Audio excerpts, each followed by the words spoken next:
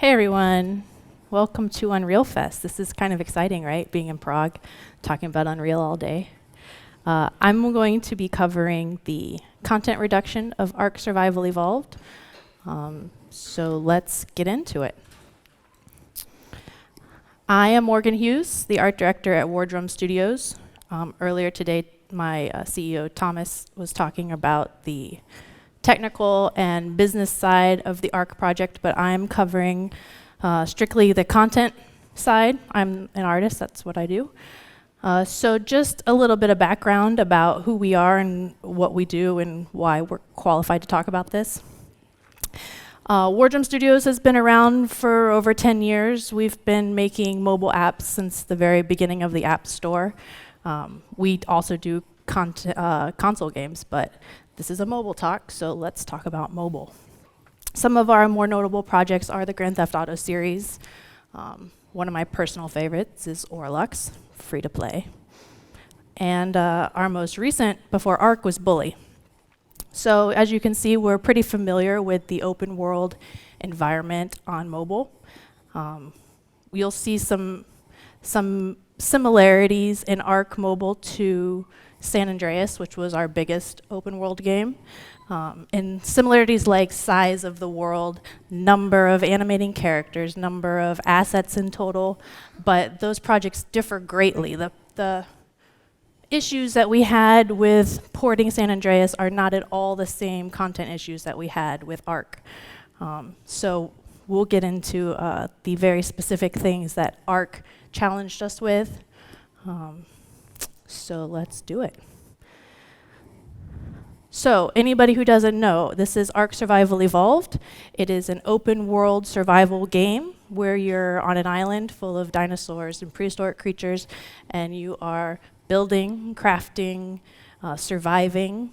You can do pretty much anything in ARK. You can tame dinosaurs, ride them, swim, fly, farm, breed. It's a sandbox of surviving with dinosaurs.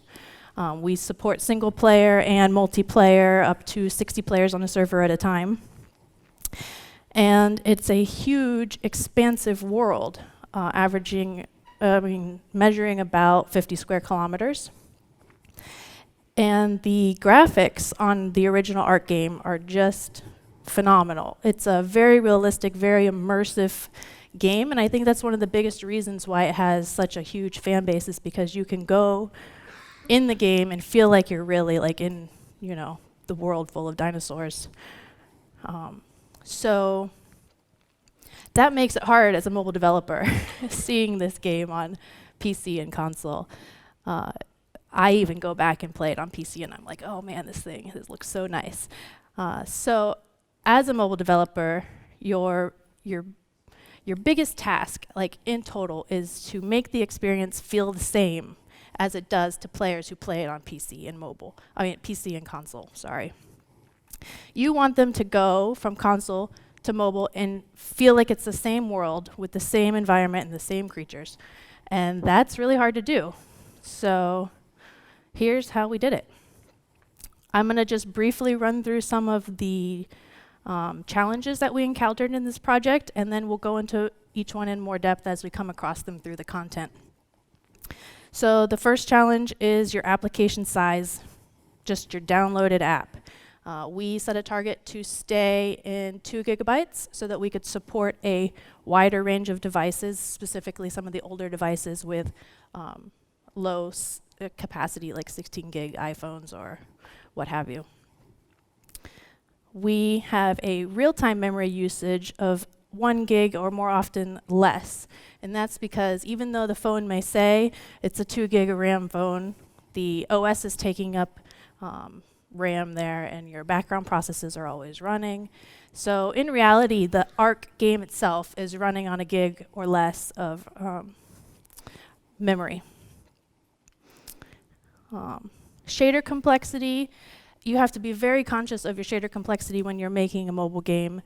The lower the complexity is, the better your frame rates are going to be. Screen space reflections are not supported on all mobile hardware. So when we were going through and looking at which devices supported it and which devices didn't, we said, screw that, we're just going to take it out altogether. We don't support it on any of our devices, and we found workarounds for that. I'll explain them all when we get to that section. Oop, I lost my mouse here. Dynamic lighting is a challenge. There's a static mesh light limit of 4 lights per mesh. We had to come up with some creative solutions for that. And post-processing, most of it that is disabled on mobile just straight off the bat. And what is allowed on mobile is extremely expensive. And so you want to pick and choose very cautiously as to what post-processing you're going to use.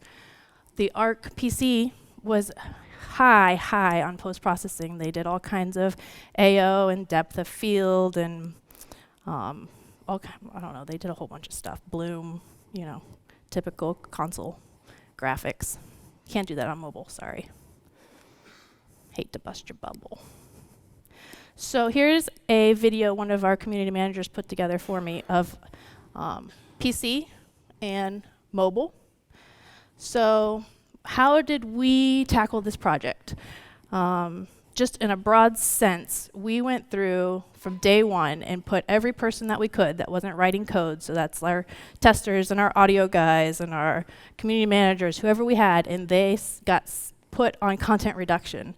This is not a very art-specific task. It's not like you need qualified artists to reduce your content. So if you have tens of thousands of textures or hundreds and hundreds of meshes, this is something that anybody who knows how to use a computer and navigate Unreal can go through and drop content.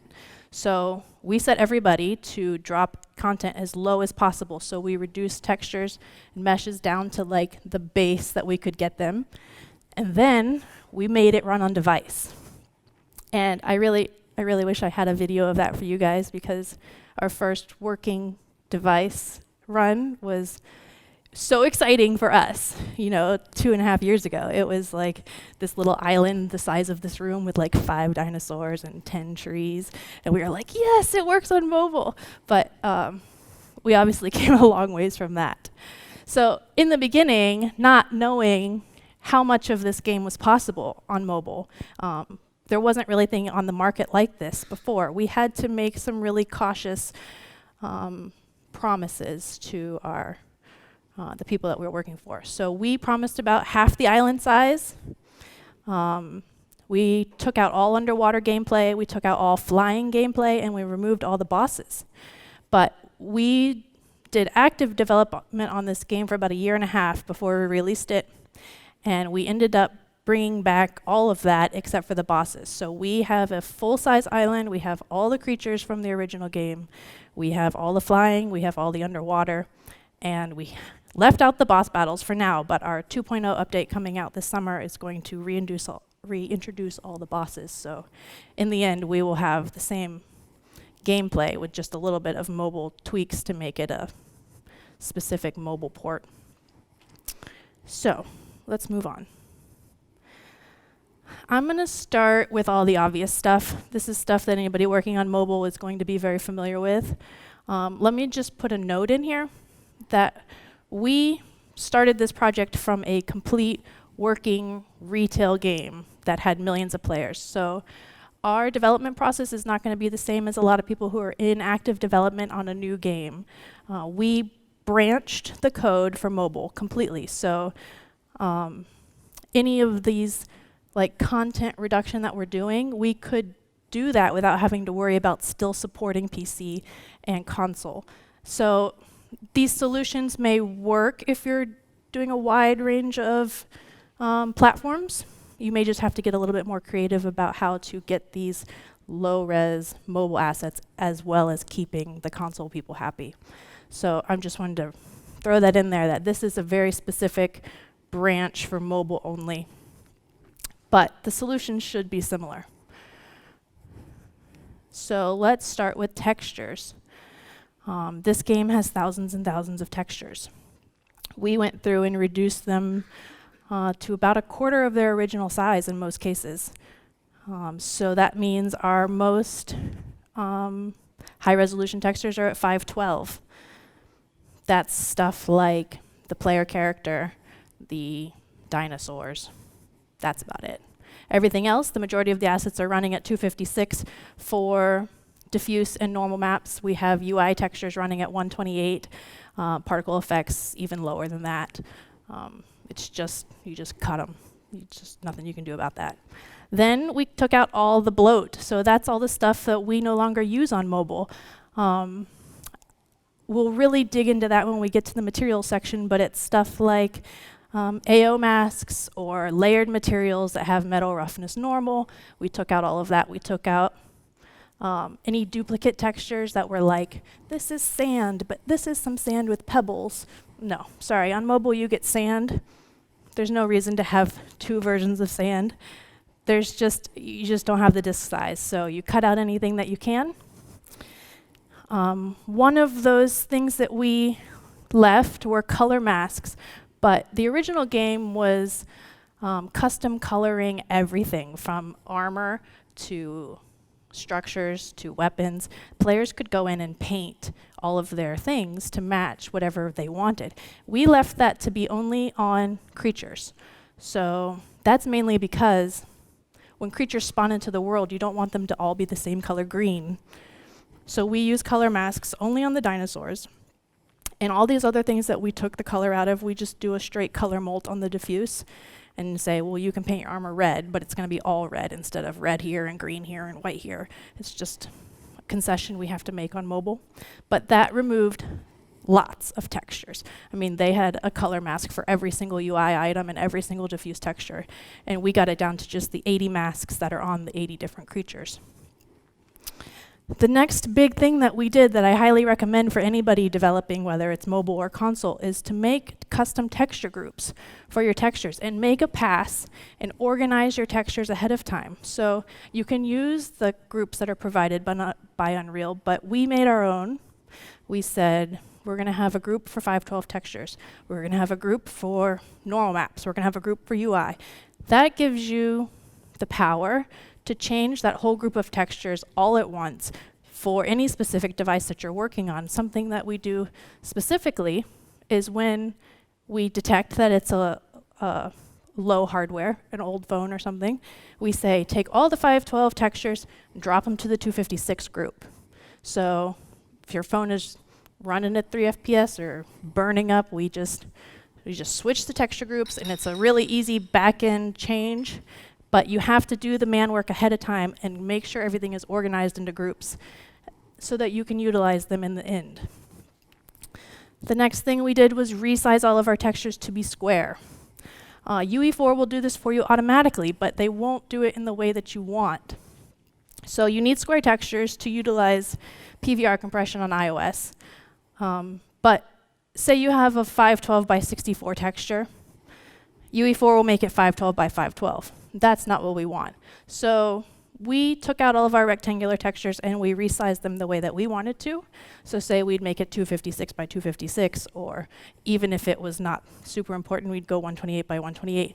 But just having that manual control over how you're resizing to square is just that little bit of extra that you need to go to on mobile so that your game will run.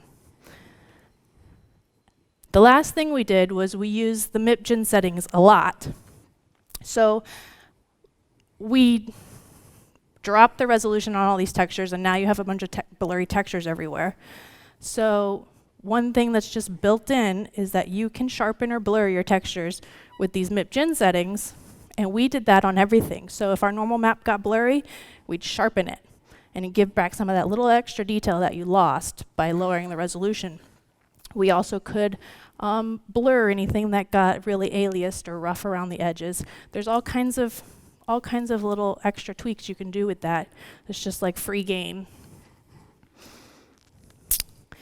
So now that you've made everything really blurry, how do you make it look decent on mobile?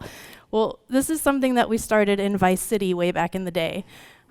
I don't remember when we did Vice City, like 2012 or 2013 or something, where you just have these huge tileable textures all over the world and they're all blurry.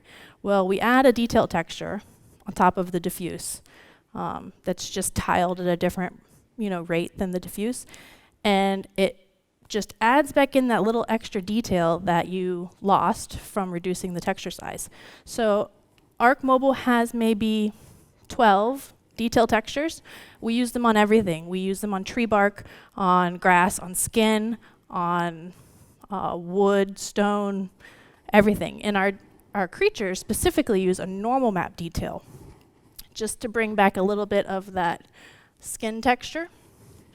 So it's just, I mean, you're just talking about 12 small textures to add back in all of this detail that you lost from lowering the resolution. It's easy and it's cheap. All right, so let's get into the meshes. This was like the majority of my job for the past 2 years or however long we've been doing this game. So I'll just make a note that we are using Simplygon because our branch is running off of 4.17 Unreal. The new version of Unreal has built-in mesh reduction tools that I hear are really better than Simplygon, but I think all of these principles apply to both, so whether you're using Simplygon or Unreal, it's the same difference. So the first thing we did was just drop triangle count across the board. Like if anybody was at Thomas's talk, he said most of our assets are 10 to 20% of their original size, and that's true for everything except the creatures, which we dropped to about 30% of the original size. So our base LOD is running about 3 to 7 triangles per 3 to 7,000 triangles per creature. Then we do an LOD1, that's half of that, and then our LOD0 is running at like 3%. And let me just say, anybody using Simplygon, it clamps your reductions at 3%. And when we found that out, we removed it.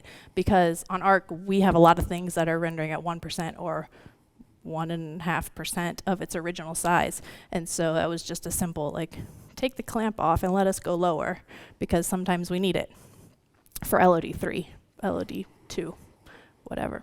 So our lowest LODs are running at like 500 triangles, 300 triangles for these creatures. But we combated that with screen size.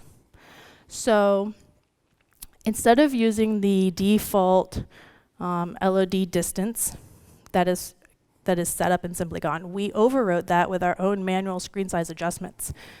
So what does this mean? That means you're only viewing LOD 0 when you're in range of the thing to touch it. So if you're up close to the structure that you're modifying, it will be drawing at LOD 0. If your dinosaur is right in your face and you want to tweak its settings or open its inventory, you will see the nice version, the mobile nice version of that dinosaur. As soon as it's out of range for you to interact with that thing, it'll drop to the first LOD. So that's pretty quick. But on mobile, you're really only focused on the thing that's right in front of your eye, so it's not a noticeable drop. Then LOD2, we save it for way back out in the distance. So if it's across the river or down in the woods or whatever, then you'll get that really low 300 triangle model, but it will be like pixels on the screen, like 2 or 3 pixels. So it's a little bit different than the automatic adjustment, but it makes a big difference in our game to drop those LODs as quickly as possible, but keep them when you need them.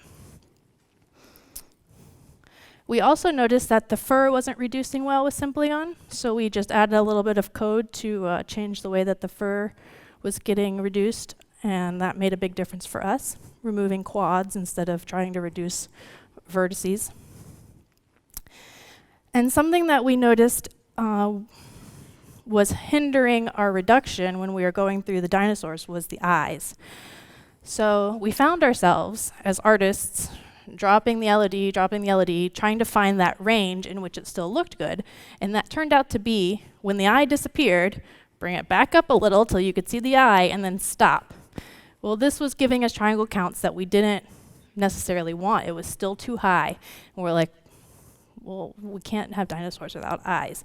So we painted the eye into the diffuse and removed the eye mesh from our creatures, and that solved 2 problems. It let us go lower with the triangle count in the beginning, but then also when it pops to LOD1, the eye is still there. So you're never going to get the mesh eyeball in a low LOD1, but if it's painted into the diffuse, that that first pop, which happens pretty close to the player, is a lot less noticeable because the eye is still there. It's like one of those things that you don't think of when you're thinking of the game in a technical standpoint, but when you start playing it, you're like, why does that dinosaur look so bad? Oh, he doesn't have an eye. Duh, that's easy. And the last thing that we did was more so for like weapons and saddles. And we started noticing that the reduction from Simplygon was more so reducing the pieces of the mesh that were in front of the player. Like, it's mostly a first player game. So if you're holding your gun and the barrel of the gun is highly reduced, yet when you're looking at somebody on your server and the back of the gun is really nice looking, you're like, why would Simplygon reduce it like that? Well, when you take a look at the mesh itself, there's all kinds of knobs and triggers and cloth wraps and all kinds of stuff that happen behind the player's back or under the barrel of the gun where a first-person player doesn't see that. So we had to take those high poly meshes into Maya and remove some of that extraneous detail that doesn't apply to the player so that we could gain back some triangles where it mattered, which was right on the screen. This was also really useful for saddles. The dinosaur saddles go under the dino's belly or through the mouth where they have like bridles or straps or buckles or whatever. And when you're playing, you're sitting on the saddle and what you see is the saddle. You don't see under the dinosaur's belly and you don't see what's in their mouth. So by manually taking out that stuff that doesn't matter, your reductions get more specific to what actually is in view of the first-person player. That's just a little extra that we had to do for high poly stuff, like high poly stuff. So another pass that we made was particles. I'm going to get into real detail with these materials coming up, but we changed the materials from using a unique parent material per each emitter in each particle system to using a group of 6 parent materials and running all of our particles off of material instances. This just saved on shader complexity. It just had to be done. So the next thing we did was we dropped the sprite count to about 50%, just across the board, cut it. Then on some big particles, like environment particles, we reduced the spawn area. So this is stuff like snow or rain or the water debris when you're swimming underwater and there's like dust in your view. On mobile, you don't have as much peripheral vision and you don't have as much depth vision, so just by bringing in the spawn area to where you can actually see reduced overall particle systems. We removed GPU sprites completely. They just have high overhead and use a lot of memory, and we just took them out. We also took out a lot of high draw call systems. So this will be like ground fog or God rays, stuff that is drawing one sprite for half the screen space.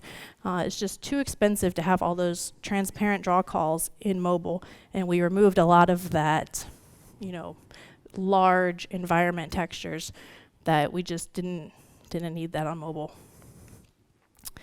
We took out all UV distortion except for we left it on our one fire material, and we also removed all of the dynamic parameters. That's just basically because we only had 6 materials to work with, and we couldn't have a new material for each set of dynamic parameters that we needed, and we just removed them. Okay, so I keep talking about these materials. Let's get into it.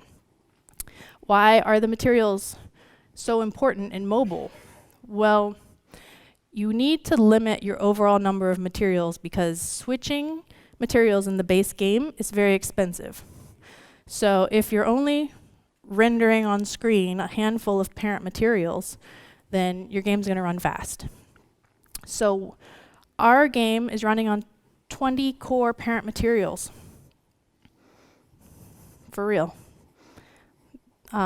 We set up our materials to have lots of parameters that you can set in material instances, and we picked the 20 main things that we needed in the game. So we have a material that runs all of our wind material instances, so all of the trees and grass and everything that uses wind has one parent material. We have a parent material that runs that color mask on the dinosaurs, and it grabs the color channels from that mask, and it's a very specific material just for anything with that. We have, one material that runs metallic. We have one material that runs anything with a detail texture. And we got it down to a base group of 20. So then we also have 20 fringe materials for any of those oddball cases. This is stuff like the player map that draws little decals where the player is and where your base is. We have an oddball material for the lava, which is just in one specific cave in one part of the island, brings up a lava material. We have specific cases for like the human hair, which changes in length. So those are just things that we couldn't fit into our group of core materials. And we just got 20 fringe cases, and they're used very rarely. So you're never going to have a couple more than one or two fringe materials in your scene at a time because they're just specific to certain parts of the island. And then we have the 6 particle materials from the particle reduction that we did before. The next thing you have to be conscious of is your shader complexity. So this means low number of instructions overall and low texture lookups. Mobile has a limit of 16 texture lookups, so the lower you can keep it, the better. So our approach for materials overall is we went from ARK PC, which was PBR, to a more traditional, diffuse, normal, hybrid approach that we made specifically for ARK. So that means that the PBR shader math is pretty much the same, but we are treating roughness more like traditional spec. Our metallic relies on a pure environment lookup, which I'll get into in a minute. And on the most part, our AO is completely baked into the diffuse texture. And we set up single scalar params to set metallic spec roughness on almost all of our materials, so we're not using texture lookups for any of those properties. So without screen space reflections and without PBR shaders, how do you do reflections in metallic? Well, this is how. We use a single 256 environment cube map for the entire island. It's a little bit washed out to maintain good color range in sRGB, but since we took out all of the reflection captures, mostly because that's not supported on mobile and we didn't have the space to store dynamic textures changing all the time, we use this single map for everything, and it works pretty well.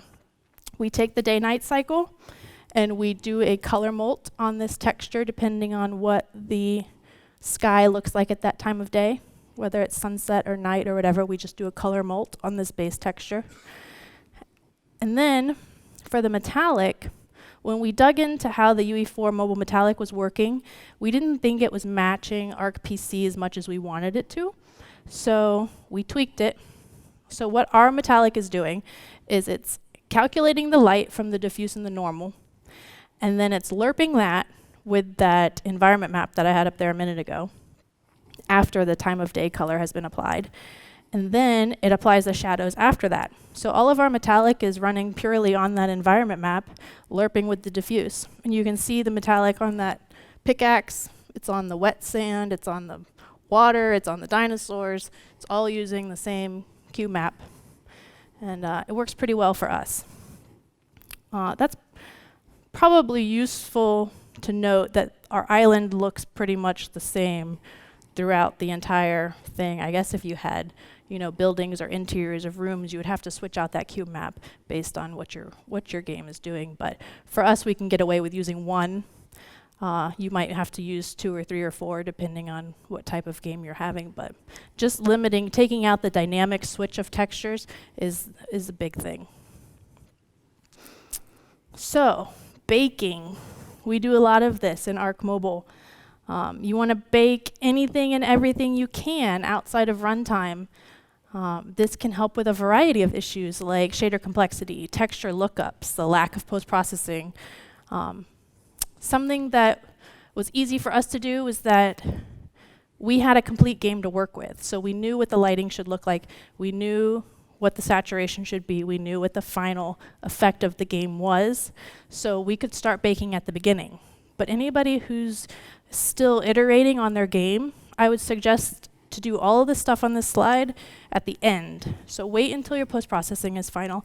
Wait until your lights are set up. When you have all of that looking the way you want, then you want to go through your materials and pull out all of this stuff that you can bake and do outside of runtime, and then simplify your materials after the fact.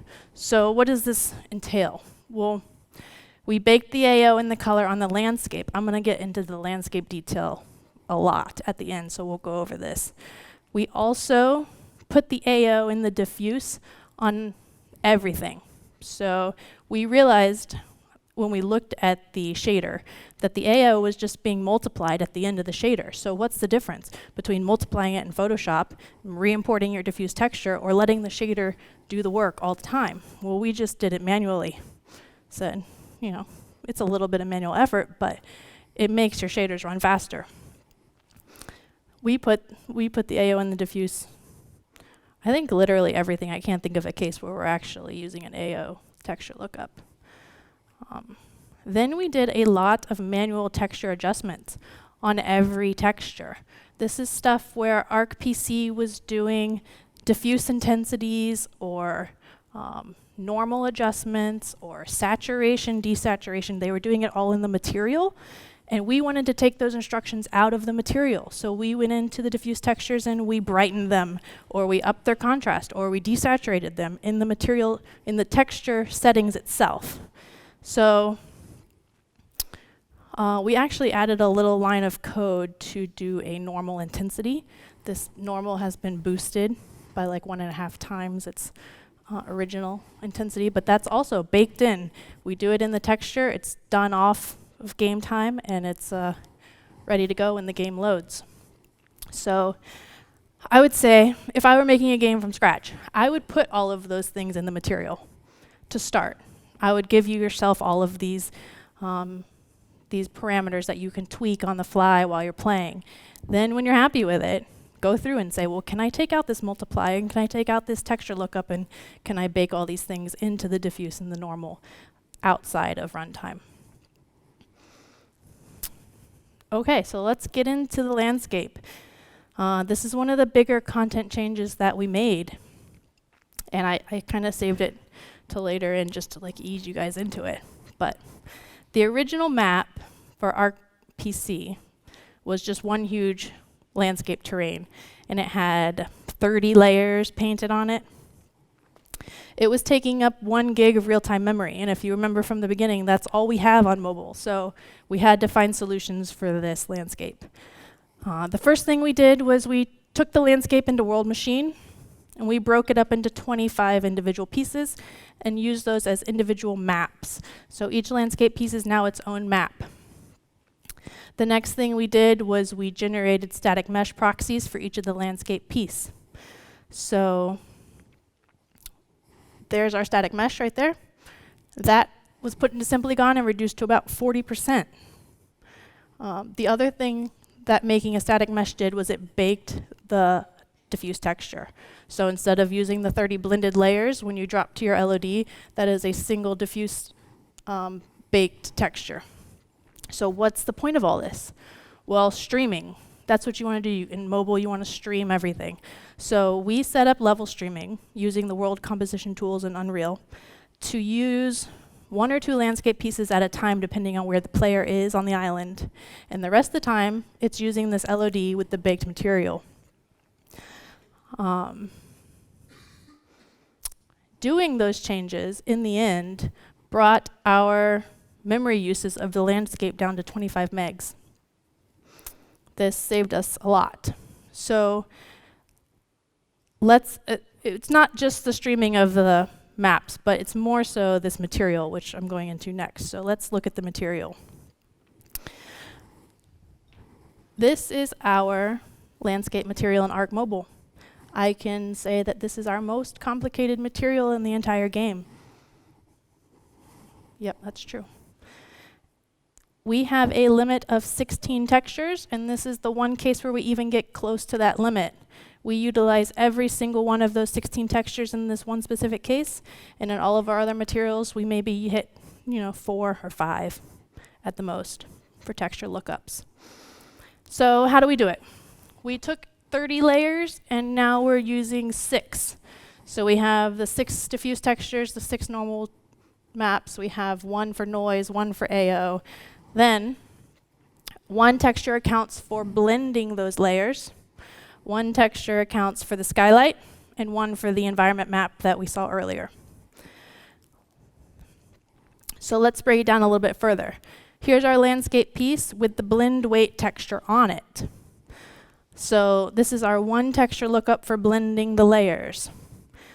We modified the engine for mobile to use all 4 channels of that blend weight texture. So that's the RGB and A of that 1 texture. This was not default in Unreal. So you can see here we're layering 4 different layers with the RGB, and A is the white. But you said you had 6 layers. How do you do that? Well, I'll tell you. We snuck in 1 more layer, got us up to 5, by making the base diffuse of the material sand, which on ARK Mobile, sand is everywhere, and it's the most commonly used layer. So we said, well, sand doesn't need a mask. Sand is just going to draw wherever there are no masks. So that gives us layer number 5. But the other thing to remember is that we broke our landscape up into 25 pieces. So when I said on the previous slide that we use 5 out of the 6 normal, 5 out of the 6 diffuse textures, that's because each landscape piece is limited to 5 layers, but we can vary that per landscape piece as to which 5 out of the 6 we're going to use over all 25 pieces. So in the end, our map is drawing with 6 layers, but per piece, we get 5 layers per piece. And here's a little GIF of just how we combined the layers. We exported the layer masks from Unreal. There were 30 of them. And we decided to group them based on similarity. So ARK PC was using 6 different types of pebbles. And we said, well, mobile only needs 1 type of pebble. So we just layered these in Photoshop and then got our mobile mask at the end, put that back in as our new layer mask for that layer. So we did this 6 times. We combined all the grass, we combined all of the leaves, we did a snow, we did a cliff rock, and pine needles. Those are our 6 layers. We also did this same process on the clutter, although I'm not going to go into how we did the clutter, but it was very similar to this, reducing the number of layers and combining them to like types, that similar kind of thing. One of the other textures in our landscape material is this AO. So on PC, AO was a post-processing effect. We simply just baked the AO to the landscape and put it in the material as a multiply. Then we noticed, as we were playing the game in development, that there were huge swaths of land that looked just boring. It was just like a field of grass, and it was all the same color. And we said, well, let's bake the color too. So we took those original 30 layer masks and we decided which ones were actually adding to the variety of the ground, like the walking paths or the wet sand at the edges of the water or the leaves that got really dark when they were under the trees, and we turned them into a simple color molt. So you can see all the little paths and detail that we just color molted on top of the layers. And it brought back some of that variety to the ground that we had lost by merging all of our layers. So that is a single texture lookup in our landscape material. Then we added the noise. So this is the same concept as the detail textures before, except we just take this one noise, we put it over all 6 layers. It covers the entire landscape from edge to edge. And it brings back just a little bit of that detail that we lost. Here's the before, and let's see, there you go, there's your change. It uses that same texture on sand, grass, snow, rocks. You would think that that's gonna look weird, but actually it just kind of brings back the resolution that you're losing, and makes a big difference when you're walking around in the game, which is the majority of the gameplay. So one of the big changes we had to make to the landscape, here you go, before and after, with the grass. ARK PC was doing this really nice dynamic UV scaling based on the camera position, where if you're walking on the ground, all the textures are nicely tiled so they look high res, and when you're flying, they're scaled out so that you don't see the tiling edges. But we didn't have that luxury in mobile. So we had to pick a tiling range for each layer that worked on both up close walking and on flying. And because of that, our textures looked a little bit blurry while walking. And this was our solution. And it really only applies to when you're walking or, riding your creature, because that's when you see the ground up close. And when you're flying, that noise just goes away and you don't notice it. Okay, so enough about the landscape. That was a lot. So let's talk about trees. Everybody likes trees, right? Well, ARK is all trees. There's no cool buildings or streets to work with here. The entire world is defined by where the trees are and where the rocks are and what's the shape of the ground.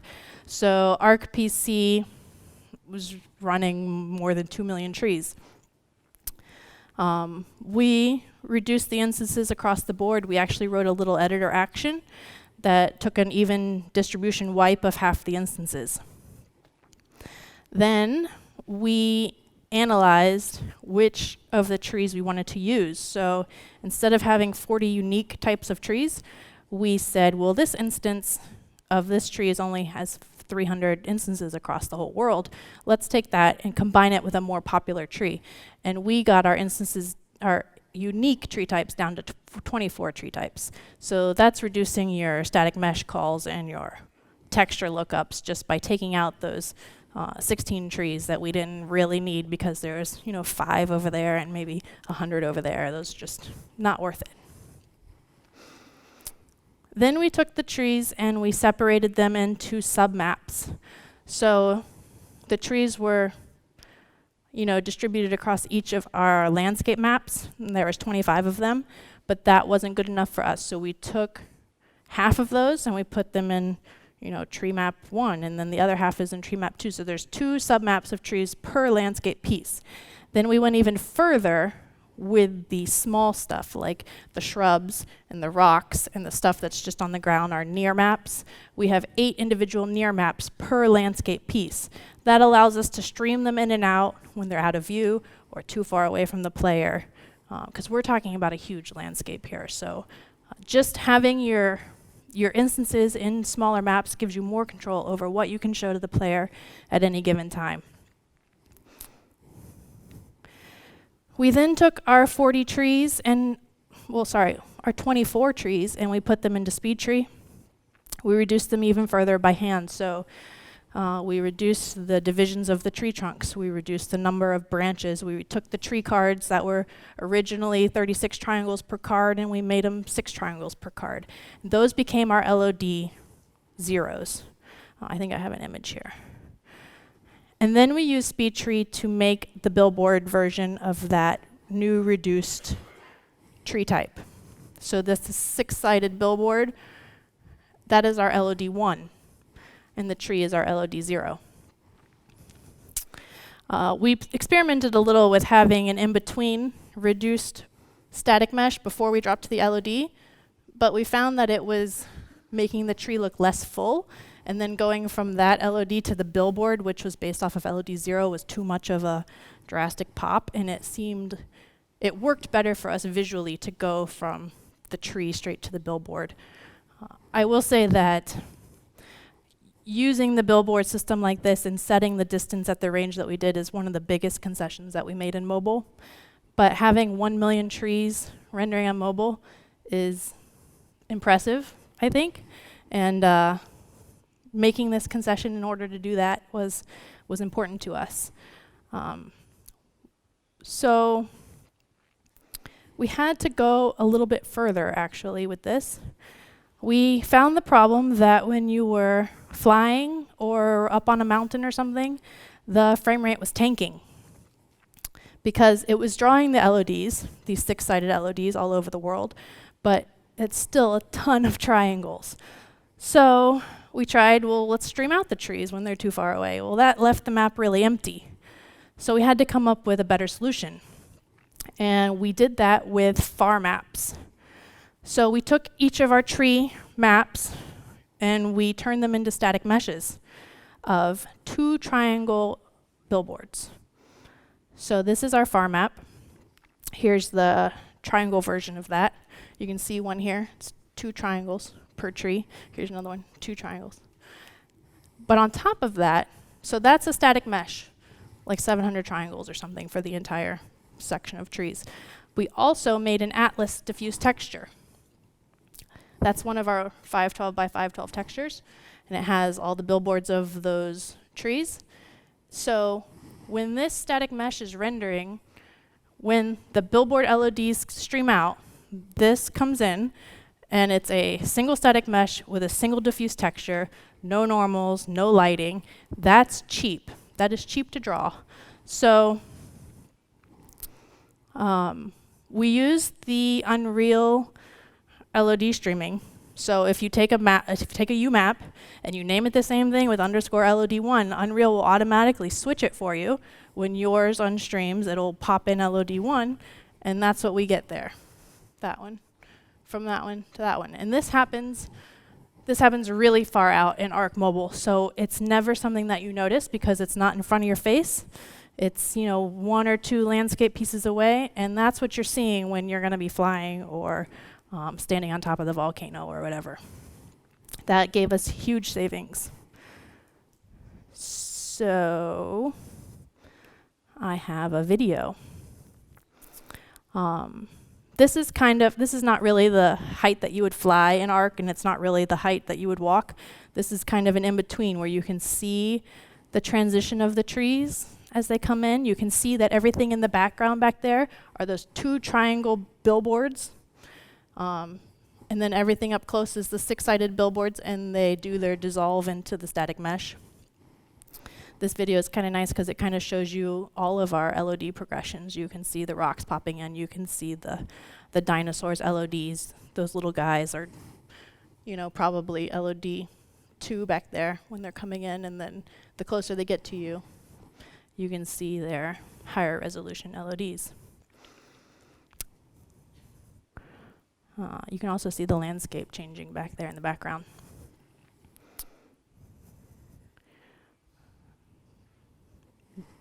That's what ARK looks like in general if you're playing. Anybody who hasn't played it.